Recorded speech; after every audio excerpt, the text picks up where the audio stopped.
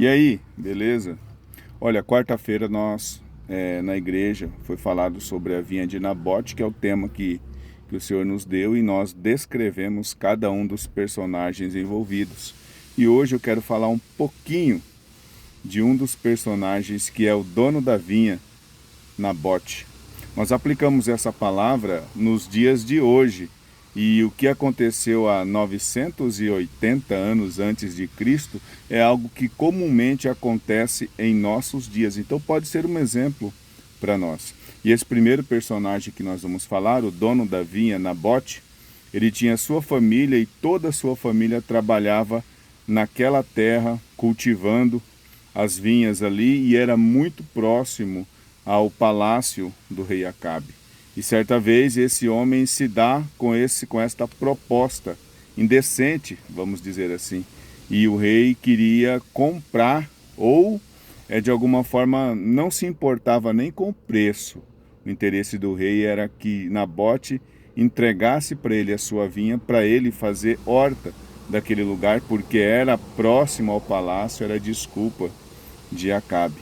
Mas a história aqui não é sobre Acabe. E Nabote se recusa a vender, independente da proposta ser grandiosa. Nabote dá muito atenção à herança dos seus pais e aquilo que ele acreditava que era Deus que havia lhe dado. E ele não aceita esta proposta.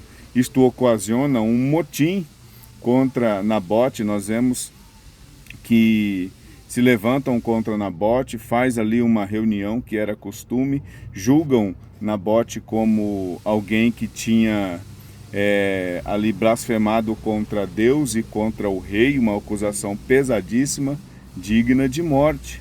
E Nabote, eu imagino que com toda a sua família vai para o centro daquela reunião e eles morrem ali naquela reunião por causa de um princípio de honra e um cuidado que esse homem íntegro tinha com a sua casa e com certeza com os valores que ele estaria ensinando para os seus filhos, para os seus descendentes. Toda a família de Nabote morre naquele lugar, mas nos fica um exemplo de um grande homem. Eu posso imaginar que esse homem, em momentos difíceis ali, em momentos de um caos, de uma falta de temor do Senhor, onde valores eram invertidos, onde existia um problema social, existia um problema de idolatria e tantos outros que cercavam ali, aquele homem, ele escolheu a parte mais difícil, conservar a sua família em relação a tudo aquilo que estava acontecendo, mesmo que isso lhe causasse